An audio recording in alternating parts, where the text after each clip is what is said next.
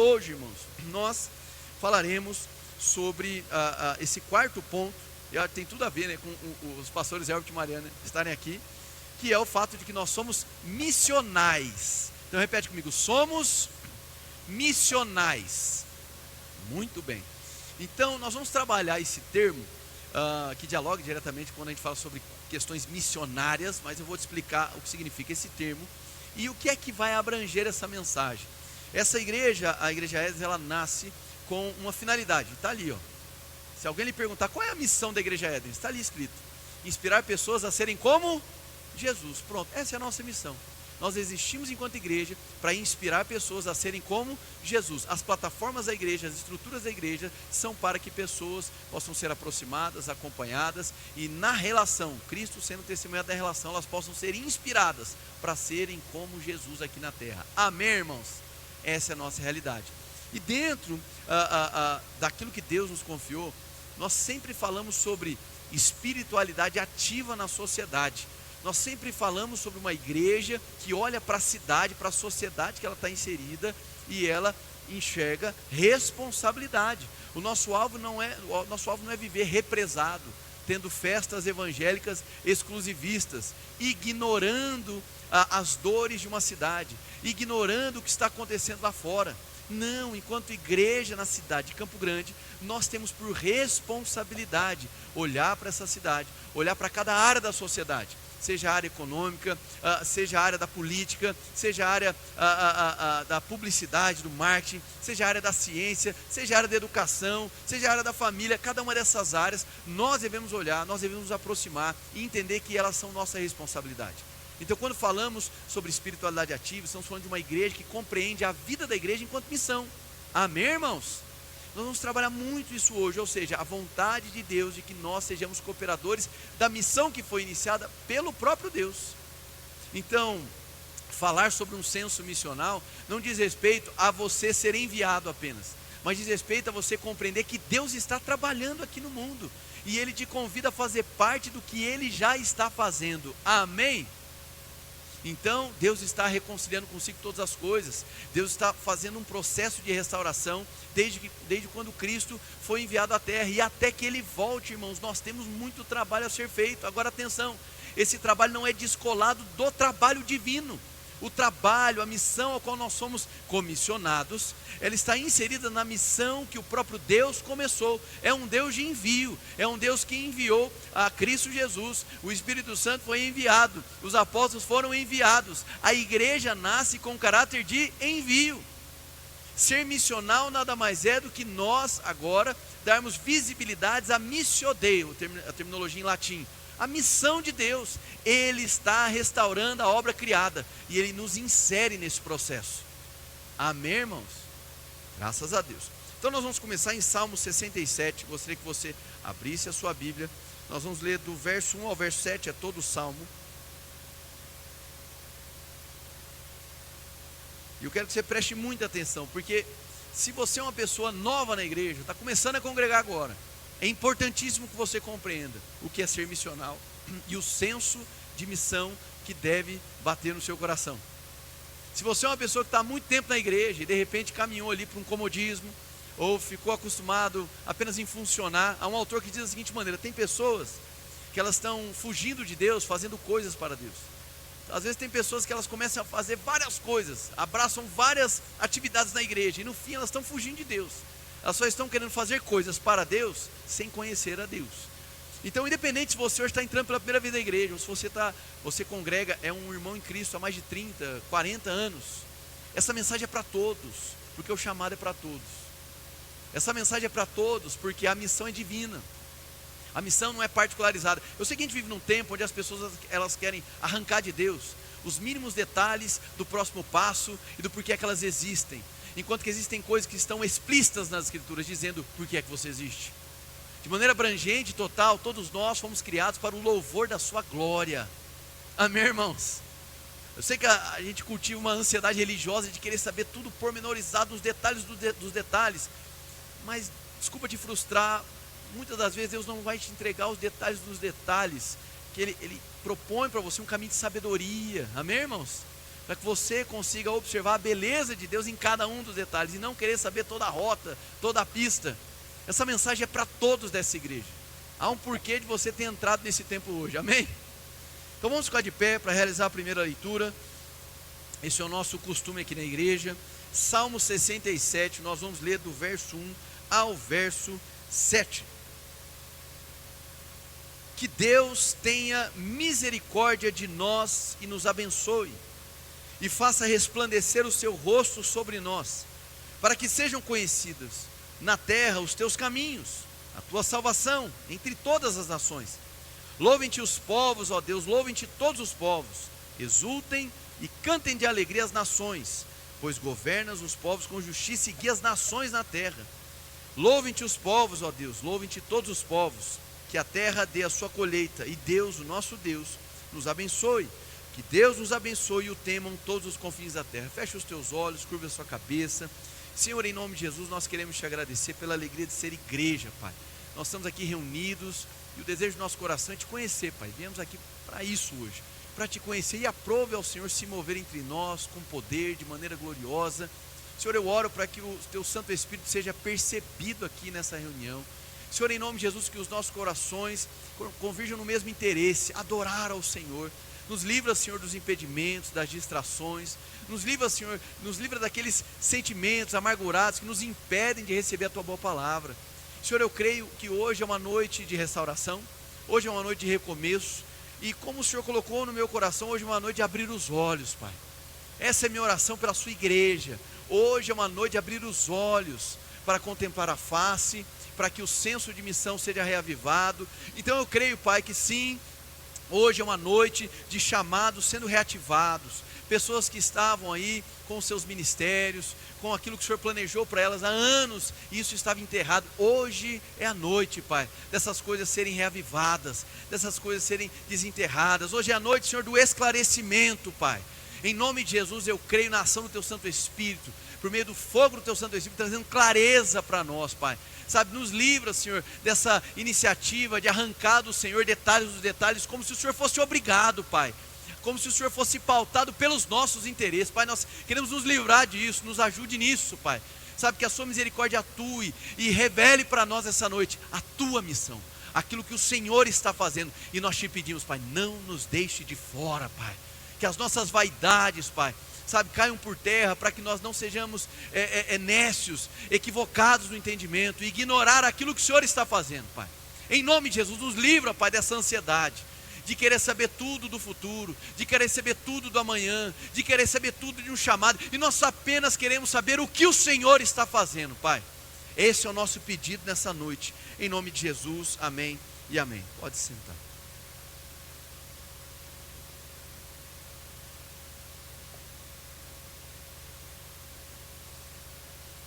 Maravilha. Bom, irmãos, esse salmo,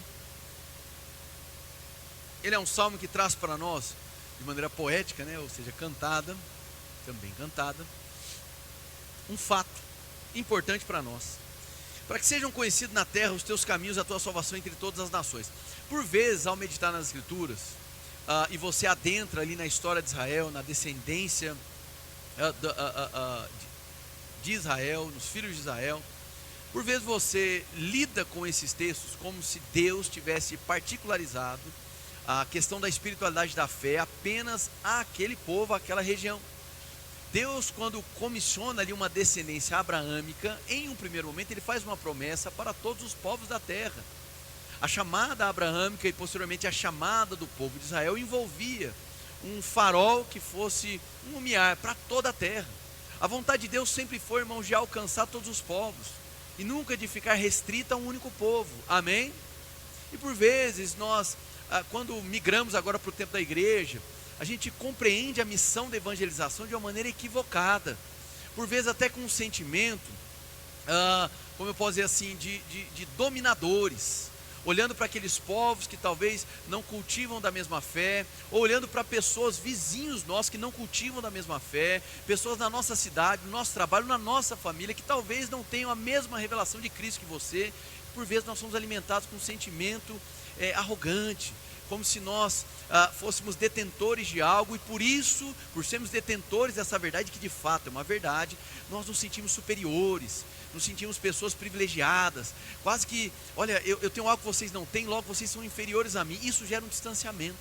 Hoje em dia a igreja de Jesus, na sociedade ocidental, por vezes tem dificuldade de comunicar a beleza do evangelho, por esse sentimento, quase um sentimento de imperador, assim, sabe, de dominador. Olha, eu tenho o que vocês não têm, e vai gerando, sabe, um acirramento de ânimo, vai gerando um distanciamento completamente desnecessário, e por vezes isso é alimentado por uma leitura bíblica equivocada, de pensar que Deus está tentando achar um povo e particularizar as questões desse povo em detrimento de outros, ignorando as dores de outros povos. Essa não é a leitura bíblica. Deus criou a humanidade, e a partir de uma mesma família, todas as demais nações floresceram. E quando Deus envia Jesus Cristo, o seu Filho amado, para começar esse processo de restauração de todas as coisas, é de todas as coisas, inclusive da obra criada, inclusive da natureza, irmãos, amém? Então a própria obra criada, a natureza, não ficará de fora desse processo final e redentivo. E nós precisamos entender o que Deus está fazendo agora. Há um processo de restauração contínuo. Então, essa leitura, que ela é reducionista, que reduz a igreja apenas a pensar nos seus e não olhar para fora, ela fere a missão divina. Ela fere o contexto de responsabilidade que Deus confiou para a igreja. Eu me lembro, eu sempre trato sobre esse exemplo nas aulas que eu ensino sobre alcançar as áreas da sociedade. Eu me lembro de um filme, certamente você se lembra, se você nunca assistiu, você perdeu esse clássico cinematográfico chamado Titanic, não é? Nostalgia. E no Titanic tem uma cena que ela é muito interessante, que a gente não sabe se de fato foi assim que aconteceu, mas ali, né, o roteirista caprichou, onde naquele momento de desespero que o navio já colidiu com um iceberg, e o navio começa a virar, né, a entornar ali, que vai afundar, e morre muita gente. Mas é uma cena interessante, e a cena é o seguinte: o navio já começa a virar, o povo desesperado, e de repente a câmera fecha para a banda que tocava no jantar. Quem lembra dessa cena? E o violinista olha para o outro, um olha para o outro, faz uma pose e começam a tocar, e aí aquela música enquanto o caos está acontecendo. E eu já assisti esse filme diversas vezes, e toda vez que eu olho para essa cena eu me lembro disso, porque é um pouco paralelo de como o sentimento de ser igreja no Brasil, ele é desenvolvido, como se nós fôssemos aquela orquestra, fazendo as nossas festas individuais, celebrando uma música final, só que o barco está afundando. Nós estamos ignorando o desespero, estamos ignorando a dor, a gritaria que está ao nosso redor, porque estamos ali realizando a nossa festa particular, em detrimento de uma dor que vai nos levar para o buraco junto. E isso, irmãos, converge num sentimento escapista que progrediu na igreja brasileira, especialmente na virada do século. Isso foi caminhando e se popularizou, esse sentimento escapista, tudo vai ser do anticristo, tudo vai ser do demônio. Todos os anos eu recebo pessoas que falam assim: pastor, eu não sei se eu começo essa empresa, eu não sei se eu empreendo nisso, eu não sei se eu presto um concurso, se eu estudo, se eu faço uma formação. Eu falo, por quê? Ora, Jesus está voltando e tudo vai ficar do anticristo. Então por que é que eu vou conquistar tal coisa se vai ficar para esse fedorento do anticristo? Estou falando muito sério. E esse tipo de pensamento acerca do fim dos dias domina o imaginário brasileiro. Se você acompanhar os podcasts que acontecem no Brasil, sempre quando se toca num sentimento assim, sabe, catastrofista, esse sentimento de temos que fugir, temos que ir embora daqui, nada presta, nada serve, se desvencilhe de todas as coisas. Esses são os mais populares, as pessoas querem consumir esse tipo de coisa. E isso vai gerando o quê? Cristãos que não têm responsabilidade com a terra que Deus confiou a eles. Cristãos que ignoram a beleza que o próprio Deus criou. Mas pastor, não estamos em um momento de terra caída? Estamos. Mas em Cristo o reino chegou. Em Cristo a possibilidade de restauração começou. Mas eu não estou vendo isso, meu irmão. A primeira restauração é no seu coração. Essa é mais difícil. E agora, por conta de Cristo, há restauração no seu coração, a reconciliação com o Deus que te amou. Amém? Por conta da obra de Cristo, agora há restauração familiar, há restauração de casamento, há restauração entre pais e filhos. Você pode dar glória a Deus por isso? E Deus nos convida a participar desse processo de restaurar todas as coisas. Mas pastor, nós conseguiremos como igreja reformar todas as coisas? Eu penso que não, porque isso também tiraria de Deus o protagonismo final. Em Cristo todas as coisas convergirão nele mesmo, amém, irmãos? Mas até que Ele venha, nós temos trabalho a fazer. Ignorar essa responsabilidade, irmãos. Se imagina na cena do joio e do trigo. É como se você, sendo o trigo de Deus, olhasse para o joio crescendo e aplaudisse. Muito bem, joio, continue seu trabalho. E você, trigo? Eu estou esperando. Não, irmãos, nós somos convidados a tensionar o crescimento do joio, usando linguagem figurada. Mas pastor, chegará algum momento que nós prevaleceremos de maneira total? Penso que não. Mas certamente nós somos responsáveis para cultivar essa tensão entre bem e mal. A igreja é essa agente de Deus aqui na terra, para que o bem seja manifesto. Você é um agente de Deus aqui na terra, para que o bem seja propagado na sua casa. Deus confiou autoridade para que você seja aquela figura da família que consegue encerrar os ciclos de maldade, os ciclos de mágoa, os ciclos de malignidade. Amém, irmãos? Deus confia em você, ou isso faz parte da missão de Deus, de que você promova a justiça, de que você seja uma pessoa que tem prazer pela verdade, e é você ali quem ficará responsável em desmantelar aqueles processos mentirosos, nas organizações, nos locais que você trabalha. Não me parece nada compatível com a fé cristã, você fechar os olhos para as dores do mundo, ignorar o que está acontecendo. Percebe, irmãos, esse sentimento ele é tão abjeto, ele é tão nojento, que quando nós testemunhamos guerras acontecendo, especialmente no Oriente Médio, rapidamente os cristãos querem tomar algum lado, antes de lamentar pelas vítimas. É anacrônico isso. Deixa eu ver aqui, para que eu me posiciono. Não, primeiro lamenta, sente a dor de inocentes que estão morrendo, independente do lado. Numa guerra, inocente vai morrer, e a sua ansiedade é descobrir para que lado eu vou fazer uma postagem, para que lado que eu vou dar uma curtida, para que lado que eu vou compartilhar. Não, antes disso, esqueça um pouco isso, mas sinta a dor das pessoas. Tem pessoas que não têm a comodidade que você tem, que não têm o acesso que você tem, que não têm o conhecimento que você tem. São as dores do mundo. Então basta abrir um pouco os ouvidos, pedir para que o Senhor faça isso, para que a sua vida deixe de ser tão ensimesmada. Você está dentro de uma narrativa linda, que é a história de Deus, mas querer sobrepor a sua história sobre a narrativa de Deus, desculpa, é egolatria, é egocentrismo. Amém, irmãos? Então eu percebo, as pessoas, elas estão querendo o tempo todo escolher de que lado que elas ficam, antes dessa busca de escolha de lado. Percebe, às vezes a igreja se permite inserir num dilema que Deus não nos convidou para estar inserido. Amém? As pessoas se sentem obrigadas a ter lado de todas as coisas. Você precisa ter um lado, que é o de Cristo, irmão. Então tome cuidado com os falsos dilemas, dilemas que te inserem e te obrigam a tomar uma posição que talvez você não seja plenamente compatível. Mas para estar do lado onde a maioria está, isso é perigoso. Se estar em Cristo não é suficiente, certamente cumprir a missão dele não será. Se estar em Cristo não lhe traz satisfação, plenitude existencial, você pode cumprir qualquer outra coisa na terra, qualquer ação, qualquer planejamento, sonho seu, ainda assim você ficará insuficiente. Amém, irmãos? Há um nome a ser anunciado, há um nome a ser pregado, é o de Cristo Jesus. Então tome cuidado com esse sentimento escapista. Não tem nada para acontecer. Não, irmãos, se a sua ideia de fim dos tempos não gera em você uma responsabilidade de formar um legado, de gerar pessoas para a próxima geração, desculpa, irmão, a sua perspectiva de fim dos tempos está falida. Amém? Mas Cristo pode voltar na nossa geração, irmãos, Ele pode voltar quando Ele quiser. Amém? Não, porque agora aconteceu instabilidade no Oriente Médio, agora aconteceu o tsunami em tal local, e aí aconteceu essa praga que foi o Covid, está vendo? São todos os sinais. Tem outros momentos na história que aconteceram essas mesmas coisas. Então se você está se movendo pelo noticiário, isso é uma escatologia de jornal. Isso é uma tentativa de olhar para o noticiário e criar um quebra-cabeça para você certificar de que Cristo está voltando. Deixa eu dizer uma coisa para ficar tranquilo, tá? Cristo está voltando. Quando? Quando Ele quiser. Amém? Então viva na convicção de que Ele pode voltar agora. Amém? E planeje a sua família. Desenvolva a sua vida aqui na terra como se você soubesse que Ele fosse voltar daqui 100 anos. Amém? É um paradoxo. Nós temos que ver dessa maneira. Um senso de urgência, um senso de compromisso. Preciso pregar o Evangelho. Preciso anunciar o Evangelho para os meus, para os da minha vizinhança, para os do meu trabalho. Por quê? Porque Ele está voltando.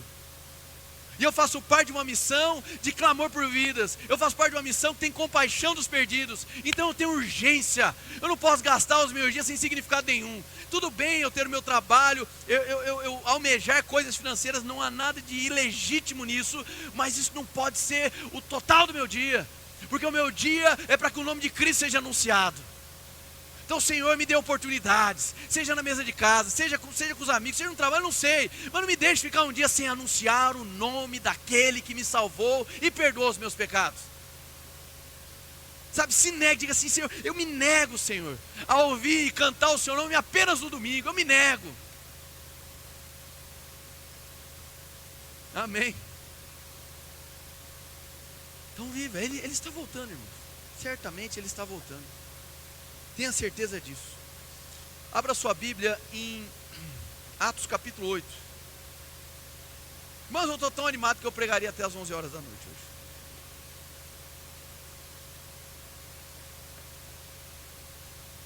Atos capítulo 8, nós vamos ler o verso 1 e nós vamos saltar rapidamente para o verso 4, tudo bem? Os visitantes, irmãos, eu não vou pregar até as 11 horas da noite. Só uma expressão. Atos capítulo 8, verso 1. E Saulo estava ali. Amém? Eu me lembrei agora que o povo adora fazer vídeo. E Deus mudou o nome de Saulo para Paulo. Não mudou. Amém, irmãos? Amém, irmãos? Pelo amor de Deus. E Saulo estava ali, consentindo na morte de Estevão. Naquela ocasião desencadeou-se grande perseguição contra a igreja de Jerusalém. Nossa, pastor, fiquei com dúvida agora. Depois do culto você vai ler. Todos, exceto os apóstolos, foram dispersos pela região da Judéia e de Samaria. Então o que aconteceu com a igreja? Foram dispersos, ok. Menos os apóstolos. Verso 4, salta para o verso 4. Os que haviam sido dispersos pregavam a palavra por onde quer que fosse.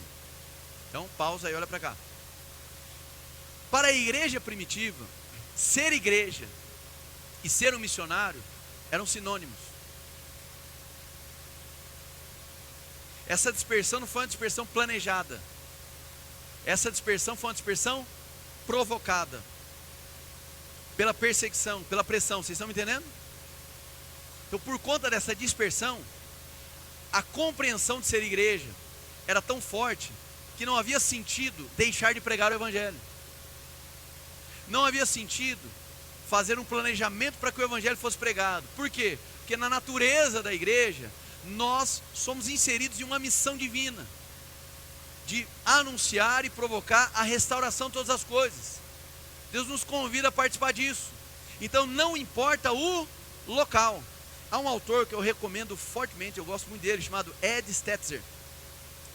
E ele vai dizer da seguinte maneira: ser missional é ser um missionário sem mudar de CEP.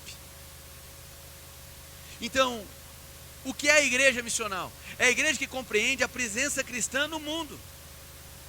Cristãos missionais são aqueles que estão inseridos na sociedade e que não são estranhos demais a ponto de criar obstrução, de conectar com as pessoas de fora, e que também não são iguais demais ao ponto de comprometer a identidade cristã deles.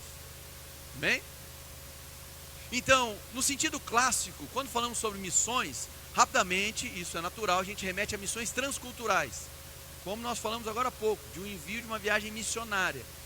O termo ou o conceito missionário começa a ser popularizado nos círculos acadêmicos cristãos a partir de 1952. E dali começaram a criar várias vertentes sobre a compreensão do que é ser missional. Acima de todas as coisas, para que a gente não perca muito tempo, é importante que a gente entenda que esse termo missional está associado à expressão que eu já disse para vocês, que é de missio Dei, a missão divina.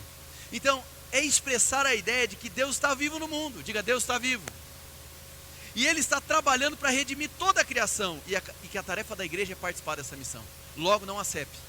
Logo, se você está inserido no mercado de trabalho, num comércio, num hospital, em um escritório, em um tribunal, não interessa onde você está inserido. Se você é alimentado da consciência de que Deus está trabalhando, você, ao invés de pensar apenas no que você pode conquistar, ao invés de pensar apenas nos seus interesses, você vai se lembrar: Deus está trabalhando, Deus está fazendo alguma coisa. Senhor, não me deixe de fora. Eu não quero ficar alheio à sua missão. Qual é a sua missão neste tribunal? Qual é a sua missão neste supermercado? Qual é a sua missão nessa loja? Qual é essa missão nessa empresa? Por que é que eu estou aqui? Amém? Mas Henrique, você não conhece, o ambiente do meu trabalho é extremamente hostil. Extremamente hostil. Sim, irmãos, há pessoas nas escrituras que foram levantadas por Deus para trabalhar em locais hostis. E não estou desejando que você permaneça, amém? Mas estou dizendo que antes de você simplesmente ficar pensando no que te incomoda, se questione o que é que Deus está fazendo ali.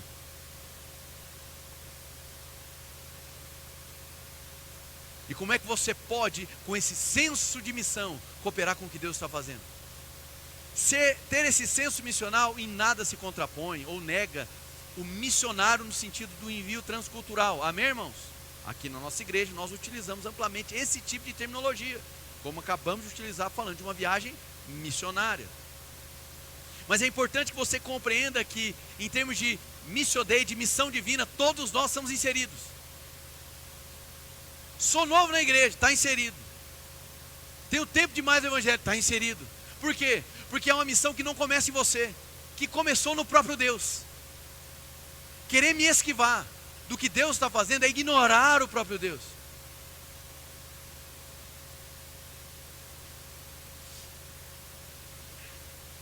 Muito bem.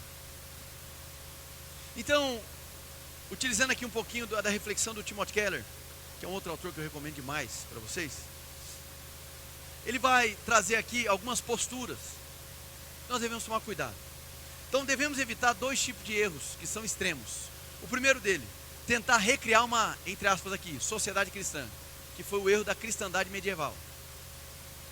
Quando a igreja se apropria das estruturas de Estado. Certo? Ou seja, só presta se for todo mundo da minha denominação.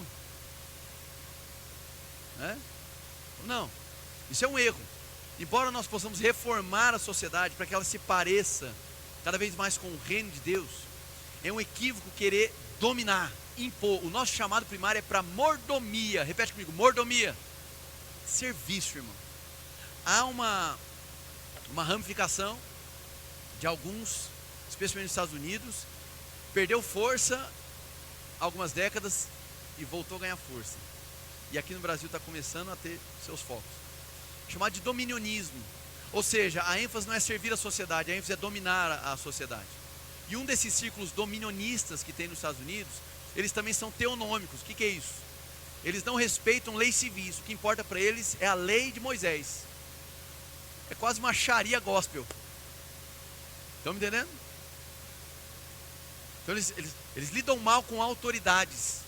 Então o que importa é exclusivamente a lei mosaica. Então não, quando falamos sobre ser missional, não estamos falando de dominar a sociedade, de possuir as estruturas da sociedade. Estamos falando sobre compreender o que Deus está fazendo e se posicionar como quem serve a sociedade.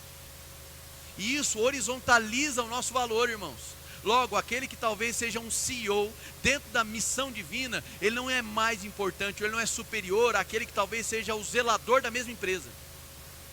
Amém? Uma copeira da Câmara de Vereadores, ela tem um valor diante da missão divina tal qual de um vereador que foi eleito em uma eleição. Amém, irmãos? Isso horizontaliza, por quê? Porque nós não extraímos o valor daquilo que nós fazemos, nós extraímos o valor do que Deus está fazendo. A mensagem de hoje é para que você abra os seus olhos, irmãos. A vida é mais do que o ganho ou perde que você tem dia após dia. A vida é mais do que a vantagem e as desvantagens que você tem no seu trabalho ou nas dinâmicas de relacionamento. Tudo isso compõe, mas a vida não se resume a isso. Por quê? Porque Deus está fazendo alguma coisa. E é desperdício de vida, irmãos, com o talento que Deus te deu, de repente com a arte que Deus te confiou, com as habilidades que Ele te entregou. Você simplesmente está alheio disso. E pensar que todos os dons que você recebeu, as facilidades que você, irmãos, talvez você refinou, mas nasceu com elas, Deus te confiou isso. E você simplesmente ignorar e viver para si mesmo. Deus está fazendo alguma coisa. Deus está trabalhando nesse mundo. Amém? E ser igreja envolve o privilégio de poder participar do que Deus está fazendo. Por isso somos missionais. Amém? Outra questão, nós devemos também aprender a desafiar, pública e profeticamente, o ídolo da razão autônoma, bem como suas consequências. Aqui a gente poderia trabalhar uma série de mensagens falando sobre isso. A autonomia humana. Não estou dizendo no sentido do amadurecimento, da emancipação enquanto cidadão, não é disso. Mas nós vivemos em um mundo onde tudo está vinculado ao homem e às suas conquistas. Ao homem e às suas conquistas. Há uma obsessão pela conquista hoje. Pessoas pegam textos fragmentados das escrituras para validar um tipo de vida que é obcecada por um sucesso que não foi tipificado por Deus enquanto sucesso, mas é apenas uma ideia de sucesso mesquinha a partir daquilo que vai me confortar. E isso é perigoso, porque encontrou espaço na igreja brasileira. E aí cria-se uma polarização daqueles que têm muito dinheiro ou muitas conquistas na sociedade, e esses são os abençoados. E o que sobra para quem não tem o mesmo patamar? É amaldiçoado, miserável. E isso não é uma verdade bíblica. Porque, mais uma vez, o nosso valor não é atribuído a partir daquilo que nós possuímos materialmente. O nosso valor é extraído de Cristo. Oh, meu irmão, talvez você está há 15 anos tentando descobrir quem é você, quem eu sou, qual é o meu valor. Olhe para Cristo. Conheça Cristo, receba do valor de Cristo. Não, mas o valor de Cristo é demais, eu não mereço. Exatamente, você não merece. E mesmo assim, Ele olha para ti e se vê em você, irmãos. Nós somos um em Cristo Jesus. Essa é a realidade da graça. Ela se contrapõe à lógica humana, porque pela lógica humana nós não poderíamos receber isso, nós não teria como a gente provar disso, irmãos. Pensa quantas e quantas vezes nós desistimos rapidamente das pessoas que nos feriram. Agora pare e analisa quantas vezes o amor de Cristo permanece, mesmo a gente ofendendo a Ele. Então percebe, eu estou trazendo isso não como condenação, mas para você refletir um pouco. Se você ficar tentando absorver de um valor a partir do que você faz, que produz, meu irmão, você vai oscilar. Porque haverá momentos da sua vida de aplauso, as pessoas vão te aplaudir. Mas vai chegar um momento onde pessoas produzirão mais que você, e os aplausos eles vão se esvair. O peso da crítica chega, ou o peso da indiferença, que é mais doído ainda. Então, é um desperdício de vida pensar que a sua missão nessa terra se resume àquilo que você faz bem, àquilo que você produz bem. Ainda que você o faça, ainda que você não chegou na fase de ser descartado por alguém melhor, mas a esteira anda. E aí nós temos uma decisão a tomar. Ou a gente acredita fielmente que o nosso valor deve ser extraído a partir do que fazemos, até chegar o momento da esteira rodar e a gente ser descartado. Ou a gente olha para Cristo, e quando vê a esteira passando e novas pessoas surgindo melhores do que nós, ao invés de você ficar desesperado porque perdeu o sentido de existência, você se alegra, porque agora um fruto está sendo gerado, uma nova geração está florescendo, e você está inserido não na sua missão, mas na missão divina aqui na terra.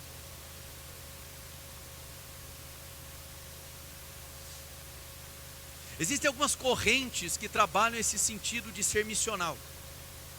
Uma delas vai dizer da seguinte maneira, isso é grupo de autores, tá? Não vou ficar citando um monte de nome aqui. Daqui a pouco eu vou citar alguns, que é importante para a mensagem. Uma linha vai dizer que ser missional é ser evangelístico. Está errado? Claro que não. Responde por tudo? Penso que não. Então, ser missional é ser evangelístico. Mas eu diria que não é apenas ser evangelístico. Ser missional envolve a proclamação. Mas há correntes que vão dizer que ser missional é ser encarnacional. Ou seja, aí envolve compreender o microambiente que Deus te confiou. Irmãos, dizer uma coisa. Quem aqui já leu aquele texto? Ide por todo mundo e pregar o evangelho. Diga amém.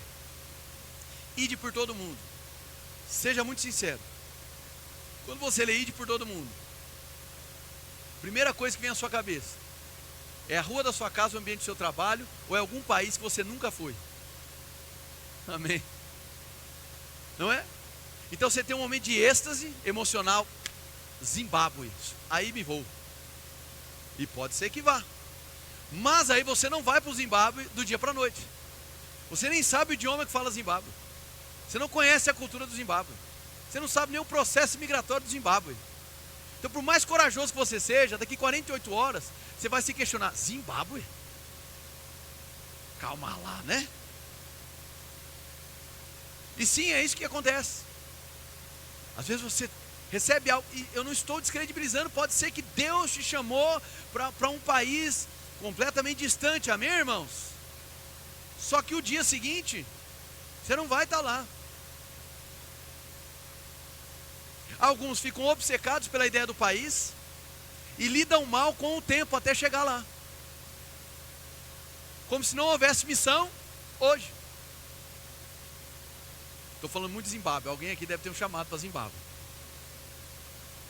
Amém? Antes de ir para o Zimbábue, você vai para Manaus para ser treinado lá pela igreja de Manaus. Amém, irmão? Mas a questão é o seguinte: ide por todo mundo. Aí eu lhe pergunto, qual é a porção de mundo que Deus confiou? Pode ser que o mundo que Deus confiou seja aqui o Nova Lima, até o fim dos seus dias. E eu não falo isso para te angustiar, não. Porque a gente tem mania de valorizar o que está distante e não honrar o que está perto. Amém? Não é demérito a sua chamada ser para Campo Grande e não ser em Paris, e não ser em alguma cidade mais deslumbrante. Por quê? Porque no fim tudo é terra. Agora existe terra com a presença e existe terra sem a presença. Qual é a sua compreensão de missão? Então, qual é a porção de mundo que Deus confiou? Essa é a pergunta que você deve fazer hoje para o Senhor. Porque talvez você está se sentindo uma pessoa praticamente em inanição espiritual. Você está desnutrida. Você não se sente útil, e eu não estou defendendo aqui o utilitarismo, amém, irmãos? Não, mas tem muita utilidade no reino de Deus, sem dúvida. Se definir pela utilidade é utilitarismo, isso também não serve para nada, é um falso ídolo. Mas qual é a porção de mundo que Deus confiou? Poxa, Henrique, eu estou no mesmo trabalho há 15 anos. Muito bem, talvez seja essa porção de mundo que Deus confiou. É para sempre? Não sei. Pode ser que sim, pode ser que não. Não é menos nobre. Sabe o que é menos nobre? Você viver para si mesmo. Você ignorar o fato de que Deus está trabalhando. Henrique, hoje eu realizo uma profissão que não tem absolutamente nada a ver com o que eu sonhei, com o que eu almejei. Me sinto mal por isso. Estou trabalhando em algo apenas para poder pagar as contas. Não há desonra nisso, irmãos.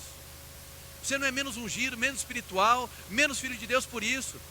A vida não é igual para todos, irmãos, amém? Ainda mais num país carregado de desigualdade como o nosso. As coisas não são tão simples assim. Vender ilusão é fácil. Tem realidades difíceis. É claro que a igreja ela é capaz de se ajudar para que você consiga ver oportunidades que talvez antes você não enxergava e de repente galgar e alcançar aquilo que você sonhou um dia. Mas a questão é que até chegar lá, irmãos, existem coisas a serem feitas, existe um trabalho. Deus não parou de trabalhar. Amém?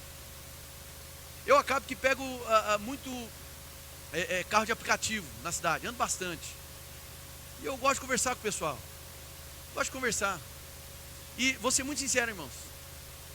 Geralmente, estou dizendo que são todos, mas geralmente, quando a pessoa que está dirigindo é cristã, ela tem uma angústia muito maior com o trabalho que ela faz do que pessoas que não são cristãs.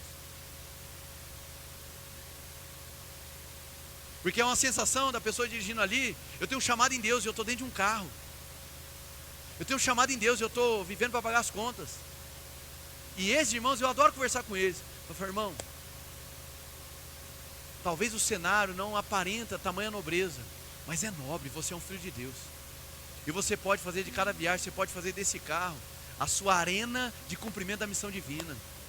E está tudo bem você ser insatisfeito com esse trabalho e querer almejar mais. Eu vou orar com você por isso, que você conquiste. Mas meu irmão, até chegar lá, agradeça a Deus porque Ele está trabalhando. E ó, Ele está trabalhando dentro desse carro. Amém, irmãos? Diga assim, Deus está trabalhando. Esse é o sentido encarnacional. Você precisa compreender isso.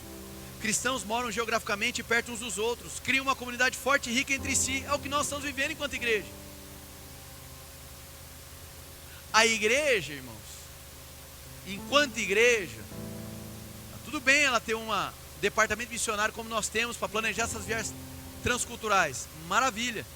Mas a igreja, ela cumpre a missão de Deus, sendo igreja, pelo simples fato dela existir. Amém? É claro, mais uma vez, questão de conceito, né?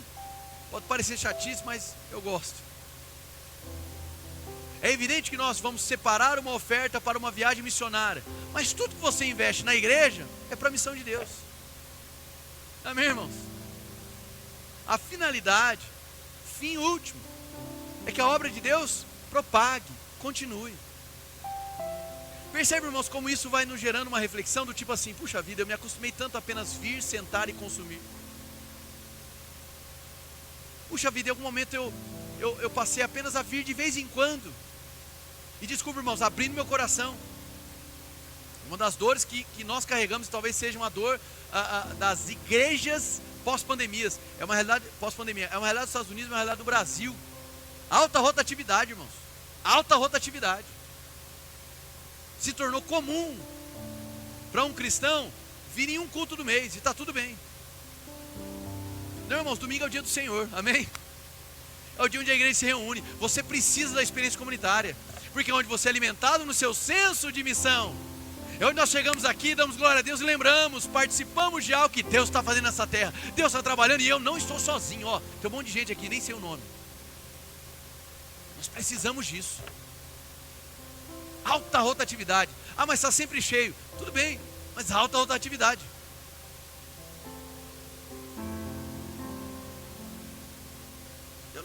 A minha satisfação enquanto pastor não é: o auditório está cheio, então glória a Deus por isso. Não. A ideia não é apenas encher. A ideia é o seu coração se encher de um senso de compromisso com o Senhor. Amém? Terceiro, ser missional é ser contextual. E, como diria, fugiu o nome do pastor brasileiro que diz isso, fala assim: ser contextual para nós não é uma opção. Porque você é inserido num contexto. Você é afetado por um contexto. Não adianta, irmão. Você é afetado por um contexto cultural. Nós já trabalhamos isso em outra série. O pastor Daniel Guanais falou muito sobre isso, sobre diálogo cultural, bastante, né? Bastante. Nós estamos inseridos numa cultura, não tem como fechar os olhos. Então, como lidar com os artefatos culturais? Já trabalhamos aqui, nem toda arte não cristã é necessariamente anticristã. Existe muita coisa nesse mundo que é belo, que é bom e que pode ser admirado, simplesmente porque é belo, é bom e não nega Cristo. Amém? Simples. É possível testemunhar coisas boas acontecendo por meio da mão de pessoas ímpias. Já trabalhamos isso aqui. O conceito de graça comum operando e sustentando todas as coisas na terra. Então, ser missionário é ser contextual. É não se represar. Eu tenho um senso de missão, ele extrapola as paredes da igreja. Eu preciso ler a cultura ao meu redor para que eu crie pontes de diálogo cultural, como Paulo fez em Atos 17. Paulo se utilizou de poetas gregos do primeiro século para pregar o evangelho, irmãos. Paulo não cita profetas do Antigo Testamento. Paulo cita Epimênides, Paulo vai citar Heráclito em outro texto. Ele vai citando poetas. Ele conhecia a escola dos epicureus, ele conhecia o estoicismo, e ele utiliza as falas daquele povo para poder trabalhar a mensagem do evangelho. O que é isso, irmãos? Contexto. Não nos é opcional. A questão é: ou você se posiciona diante da cultura, ou você é engolido por ela. Não tem outra opção, irmãos. Ficar neutro não é possível. Estou quase acabando. Geralmente são 3 partes o fim, amém? Mas o que eu quero dizer, irmãos, é que a graça de Deus, ela atua em favor de 2 conceitos que estão no credo apostólico de Niceia. O credo niceno, irmãos, ele não é o credo da Igreja Católica Apostólica Romana, a qual eu tenho profundo respeito. O credo niceno, ele é da Igreja de Cristo. E um dos pontos que é destacado lá é que a igreja de Jesus lá vai estar: creio no Deus Pai, creio no Filho, creio no Espírito. Vai falar que crê que Jesus morreu, que ele há de voltar. E também vai dizer: creio na igreja. Você pode dizer isso bem forte: creio na igreja? Aí ele vai dizer: uma igreja santa, una, católica e apostólica. Católico ali, entenda-se, uma igreja para todos. Catolicidade da igreja não é algo exclusivo dos romanos ou da igreja romana. A catolicidade é uma exigência de Cristo para qualquer igreja que professa o nome dele. É um imperativo para nós sermos católicos, no que diz respeito à abrangência da mensagem. O evangelho é para todos, você pode dizer amém? A mesma graça que atua nesse âmbito, então a catolicidade ela envolve a comunidade. A catolicidade então, ela é mediada pela graça de Deus, fazendo com que nós sejamos uma comunidade. Essa mesma graça ela opera em favor da apostolicidade. E apóstolos é uma palavra que significa envio. Amém? Então, uma igreja de Cristo, ela é por essência católica, deve manifestar catolicidade e apostolicidade. Então percebe que são, vamos dizer assim, duas forças operando em conjunto. Uma para dentro e outra para fora. E é essa maneira que a graça opera. A graça não opera apenas para dentro, para que sejamos católicos enquanto comunidade. Ela opera sim, mas ela também opera no sentido apostólico, no sentido de envio. Não querendo ir muito longe, até porque não é meu forte, mas eu me lembro das forças centrípeta e centrífuga na física. Então numa mesma imagem, no mesmo círculo, você tinha uma força operando para dentro e uma força liberando energia para fora. É o mesmo sentido da graça. Não sai por aí falando que eu falei que graça é energia, irmão, amém? Falei isso não. Mas a graça atua em favor, tanto para que a igreja favoreça a catolicidade, ela se firme enquanto comunidade, e a igreja carregue um senso missional, uma urgência de ser enviado, a apostolicidade. Quem entendeu, diga amém. Então a igreja precisa se reunir, a igreja precisa disso, de ter raízes confessionais, mas ela também precisa ser movida para além de si mesma. A igreja do Senhor tem um duplo movimento, para dentro e para fora. Se a igreja só pensa para fora, perde-se a catolicidade, perde-se a cola da unidade. E nós precisamos uns dos outros, irmãos. Há uma colocação do pastor Igor Miguel, que eu acho muito interessante, deixa eu ver se eu encontro aqui. Onde ele vai dizer da seguinte maneira: por vezes, nós temos pessoas na igreja que elas estão, pronto, aqui achei, pastor Igor Miguel, que é co-pastor junto com o pastor Guilherme Carvalho, você vê aqui conosco. Ele vai dizer assim: a igreja que perdeu sua sensibilidade apostólica está fadada a desaparecer. Então uma igreja que perdeu o senso de envio, que perdeu a fome pelos perdidos, que não se importa com as dores da sociedade, uma hora ela vai deixar de existir. Você está me entendendo? Diga amém. Porém, há missionários que não experimentam catolicidade, pessoas que foram enviadas e não vivem em comunidade. A apostolicidade fica comprometida. Então a gente precisa entender isso. Muitos, isso o pastor Everton pode falar com mais conhecimento, muitos que são enviados voltam por não se sentir pertencente à comunidade, se sentem abandonados no campo. E é claro que a experiência física é diferente, mas a gente pode se utilizar de outros meios para que eles se sintam abraçados e aproximados. Mas muitos voltam por conta disso. É enviado, está cumprindo a missão, mas de repente não provam do ambiente de catolicidade, de pertencimento. E da mesma maneira muitas igrejas, e vou colocar aqui como um risco para nossa, tá? Para nós. Vou colocar como um risco não, é uma verdade, irmãos, é um desafio para nós. É um desafio, irmãos. É um baita comodismo. Por quê? Porque cresce demais. Igrejas que são grandes como a nossa, e claro que eu fico feliz ela ser muito grande, bênção, mas igrejas que são grandes, irmãos, elas sofrem essa dor. Que é o quê? Parte do pressuposto que as pessoas estão vindo para cá. Se elas estão vindo para cá, eu não preciso ir lá. Precisa, meu irmão. Porque nós não evangelizamos as pessoas, nós não anunciamos a Cristo para que elas sejam preferencialmente da nossa igreja. Amém, irmãos? Isso é denominacionalismo. Tudo bem uma denominação, agora ser denominacionalista, colocar a placa da igreja à frente da missão de Cristo, meu irmão, desculpa, isso é ofensa. Nós pregamos os evangelhos e compreendemos a missão além das paredes, por quê? Porque pertencemos a Deus, irmãos, e ponto. Se a pessoa for vir para a nossa igreja ou não, é outra história, que venha, amém? Mas nós como igreja não podemos querer esse comodismo. Bom, está sempre cheio, então não precisa fazer muita coisa. Não, tem muito trabalho a ser feito, muitas pessoas que precisam ouvir. Há um autor, que talvez seja um dos principais no sentido de igreja missional, é o Leslie Newbegin. E ele vai trazer uma contraposição a uma análise que muitas pessoas fizeram, que a igreja do Ocidente, especialmente olhando para a Europa, era uma sociedade ou uma sociedade sem Deus, ou uma sociedade ateia. Ele diz, não, não. É uma sociedade pagã.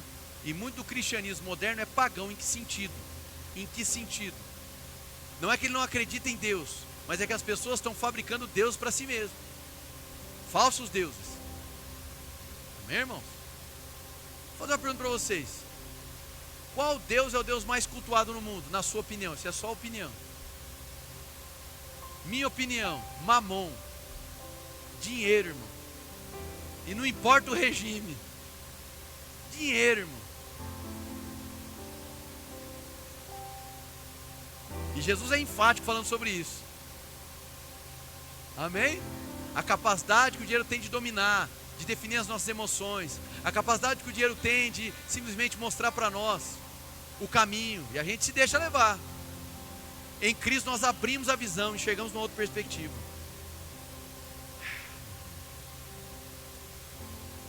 Então, irmãos, em nome de Jesus, eu tenho que encerrar, né? Tem que encerrar. Eu quero só ler algumas frases aqui para a gente fechar, pode ser? Ficou clara a mensagem? Para que a gente possa ceiar. Mas vamos lá. O próprio Leslie Newbegin, que eu recomendo fortemente, vai dizer assim: a igreja é a testemunha de que a missão de Deus está em andamento.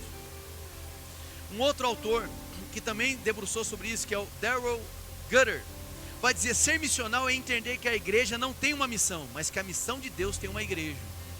Amém? Poderoso. O David Bosch, que escreve junto com o Newbegin, vai dizer da seguinte maneira: a missão é, antes de tudo, participação no envio do Filho, no poder do Espírito Santo pelo Pai. Então o Bosch, ele vai defender muito a ideia de que o quê? A missão começa na Trindade. Então não nos é opcional. Todos aqui estamos inseridos nessa mesma missão. O Gorin, Michael Gorin, que tem muitos livros maravilhosos, vai dizer da seguinte maneira: a missão não é um departamento da igreja, é sua identidade. O Gorin talvez seja alguém que trabalhe com muita excelência uma teologia da missão, uma compreensão teológica do porquê é que nós estamos aqui e fomos inseridos nessa terra. E por último, o Alan Roxburgh, ele vai trazer uma outra ótica sobre ser missional. E ele vai dizer da seguinte maneira: ser missional não é um programa que a igreja adota, mas uma forma de viver discernindo onde Deus já está agindo em nosso meio. Quando falamos sobre responsabilidade social, quando falamos sobre espiritualidade ativa, sobre atuação, nós somos a igreja, irmãos. Que o nosso anseio é que pecadores conheçam a Cristo, sejam perdoados, se tornem filhos. Que filhos sejam amadurecidos e assumam sua responsabilidade na boa obra de Deus, sendo voluntário, sendo líder. E que estes filhos amadureçam a tal ponto de serem reformadores na sociedade. A sociedade para nós, para você, é o campo missionário, irmãos. Nós não temos desculpa. Tudo bem, você tem planejamentos para o futuro, glória a Deus, podemos orar por isso, crer para isso. Mas a questão que eu estou dizendo é: Deus está fazendo algo agora. Aonde estão os nossos olhos? Será que a nossa agenda está querendo se sobrepor à agenda de Deus?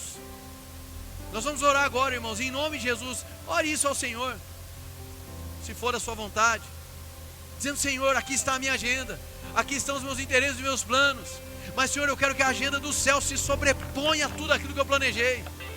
Se houver compatibilidade, glória a Deus por isso, mas se não houver compatibilidade, eu quero seguir a sua agenda. Eu quero poder provar do sucesso do Senhor, e não os sucessos que eu me acostumei a tipificar enquanto vida bem-sucedida. Amém, irmãos? Então, em nome de Jesus, é preciso redescobrir esse senso missional. Você não está numa igreja apenas para consumir. O pregador não é um animador de auditório, nem para amansar o seu ego. Você está aqui para tomar ciência que existe um Deus que enviou o Filho dele para morrer no seu lugar. E ainda que não merecêssemos, ele morreu. O sangue foi derramado, os pecados foram perdoados. Todo aquele que crê no Filho de Deus passa agora a se tornar uma morada do Espírito Santo. Tem o seu nome escrito no livro da vida. E até que cheguemos ao status de eternidade, o reino de Deus já começou. Deus está fazendo uma boa obra. Hoje é a noite de você abrir os olhos para você cumprir a obra de Deus aqui nessa terra. Amém? Quantos foram abençoados, dão glória a Deus bem forte. Vamos ficar de pé, igreja, quero orar por você. Os diáconos já vão se posicionar aqui para que a gente possa ceiar. Acho que eu fiquei no sentimento da Elders Week e passei do horário, irmão. Tinha 4 semanas que eu estava no horário bonitinho. Acho que hoje foi trabalhar minha vaidade, amém? Estava me achando demais já. Peço desculpas pelo horário. Mas feche seus olhos, vamos orar. Senhor, em nome de Jesus. Querido, se essa mensagem falou contigo, se abrir os olhos, se desengavetar sonhos, chamados, foi algo que falou diretamente contigo. Você que percebeu essa mensagem, falando diretamente ao seu coração, não apenas fique de olhos fechados, mas também erga as suas mãos. Senhor, em nome de Jesus eu oro, Pai, para uma igreja com profundo senso missional. Uma igreja, Pai, que não se reúne para consumir, mas que reúne para te conhecer. E em te conhecendo, abre os olhos. Abre os olhos, Pai. Nós, Pai, como seres humanos, começando por mim, somos tendenciosos à mesquinhez. Sua palavra nos alerta acerca das nossas vaidades. Então, Senhor, eu oro primeiramente por mim, mas também por estes, para que os nossos olhos se abram.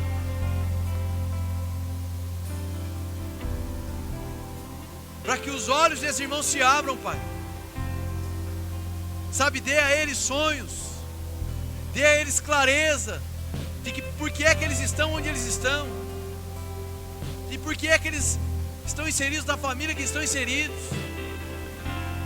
E não, Pai, aqui não estamos legitimando formas de abuso, ou sendo complacente com situações de desequilíbrio, em hipótese alguma, que haja denúncia nesse sentido. Mas, Senhor, que nós consigamos compreender, antes de sermos escapistas, que nós consigamos compreender o que é que o Senhor está fazendo.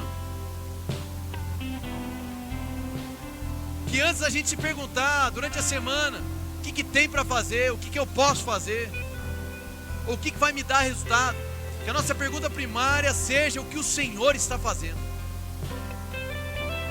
E que na sequência, Pai, nós possamos dizer: Senhor, não me deixe fora disso. Não me deixe fora disso.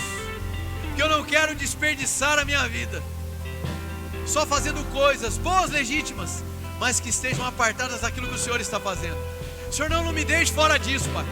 Senhor, eu oro para que os meus irmãos sejam profundamente provocados, que eles saiam desse comodismo. Estou dizendo que todos estão inseridos nisso, Pai. Estou falando comigo em primeiro lugar. Nós somos rápidos, habilidosos em criar cenários, Pai, que ignoram o fato de que o Senhor está aqui. O Senhor é conosco, Pai. Nós não nos reunimos, Senhor, para forçar uma vida sua. Nós não nos reunimos, cantamos e oramos para ver se o Senhor aparece. Só estamos aqui porque o Senhor já está aqui, Pai. Que nós possamos perceber o movimento do Teu Santo Espírito. Nos dê, Senhor, o ângulo que o Senhor enxerga as coisas. Nos permita ouvir a Sua voz e retransmiti-la ao mundo. Senhor, eu oro, Pai, por uma semana tomada pelo Teu Santo Espírito. E que, Pai, ao provar da ceia hoje, que nós possamos praticar a Sua presença, trazendo ao nosso coração o pão que foi partido, o corpo que foi partido, o sangue que foi derramado na cruz. Se há uma missão, é porque Cristo Jesus, Pai, morreu naquela cruz. Se podemos dizer que a igreja é a missão, é porque Cristo entregou a Sua própria vida. Então, Senhor, sim, é um ato memorial, mas não é apenas memorial. Trabalhe em nós a Tua graça eucarística nessa noite. Trabalhe em nós, Pai, essa graça do Senhor, fortificando a nossa fé, nos trazendo essa nutrição, a certeza de que Cristo morreu em nosso lugar. Nós oramos, Pai, pelo pão, pelo suco de uva aqui representando o Seu corpo e Seu sangue. E que essa ceia, Pai, celebre a noite de abrir os olhos. Celebre o dia em que nós, Pai, tivemos as nossas vidas e posturas retificadas pelo Teu santo nome. Assim nós oramos em nome de Jesus. Quem pode dizer amém? Queridos, agora nós temos uma prática aqui. Você vai sair pela sua esquerda, fileira por fileira. Você vai sair pela sua esquerda, pegar o pão e o suco de uva e vai retornar para o seu lugar pela direita, amém? Então assim, fileira por fileira. Você que está do meio para trás, nós também temos essas duplas de irmãos lá atrás. Você pode fazer o mesmo caminho da esquerda para a direita. Então, com ordem e decência, eu gostaria que você se deslocasse agora, pegasse o pão e o suco de uva. Vamos começar. Retornando para o seu lugar, não coma e não tome do cálice, ok? Só pegue e retorne para o seu lugar.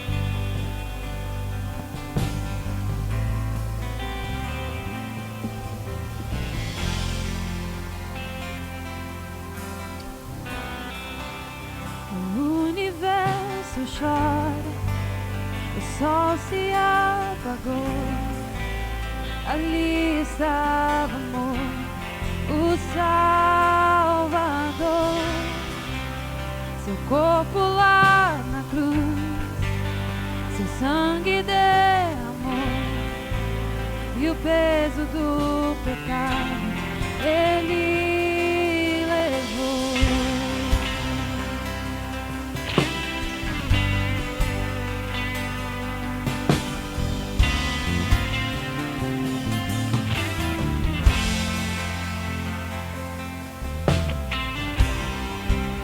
Deus Pai o abandonou, cessou seu respirar, em trevas se encontrou o Filho. A guerra começou, a morte enfrentou, todo o poder das trevas vencido foi. A terra estremeceu, sepulcro se abriu, nada vencerá seu grande amor. Ó morte, onde está? O Rei ressuscitou, Ele venceu pra sempre.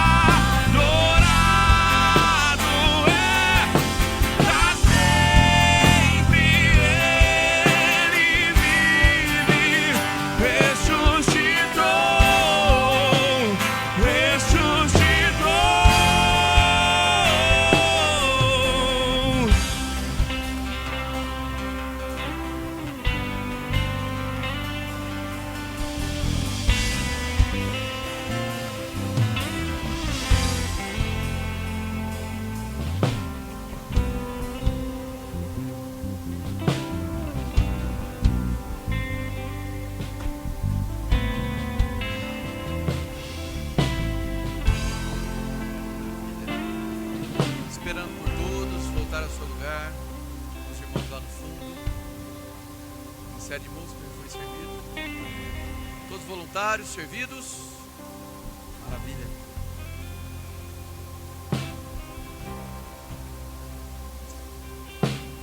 1 Coríntios capítulo 11, não precisa abrir lá, evidentemente, está segurando os elementos. O apóstolo Paulo vai dizer no verso 23: pois eu recebi do Senhor o que também vos ensinei. O Senhor Jesus na noite foi traído, tomou o pão e tendo dado graças, o partiu e disse: isso é meu corpo, que é entregue por vós, fazei isto em memória de mim. Semelhantemente, depois de cear, tomou o cálice, dizendo: este cálice é a nova aliança do meu sangue, fazei isso todas as vezes que beberdes em memória de mim. Mais uma vez citando o reverendo Timothy Keller, ele vai dizer: o assunto vital é a centralidade de Jesus. Desculpa, Leslie Newbegin. O assunto vital é a centralidade de Jesus e de sua obra reconciliatória na cruz. Essa obra pela qual ele conquistou o senhorio sobre a igreja e o mundo. Celebrar a ceia, irmãos, evoca o sentido da nossa missão. Amém? Não fazemos a obra de Deus, não temos essa missão por uma simples questão de estatística religiosa, para celebrar a data do IBGE de 4 em 4 anos. Não. Nós estamos aqui por um profundo significado, primeiramente transcendental. Deus se fez homem, morreu por nós. Isso também nos alcança no sentido existencial. Eu não sou apenas um pedaço de organismo vivo na terra. Eu faço parte do corpo espiritual de Jesus. E por conta disso eu estou inserido em uma missão: anunciar o nome dele, viver para a sua glória. Amém? Então, diante dessa consciência de fé, crendo no corpo que foi moído, esmagado em nosso lugar, vamos todos participar do pão.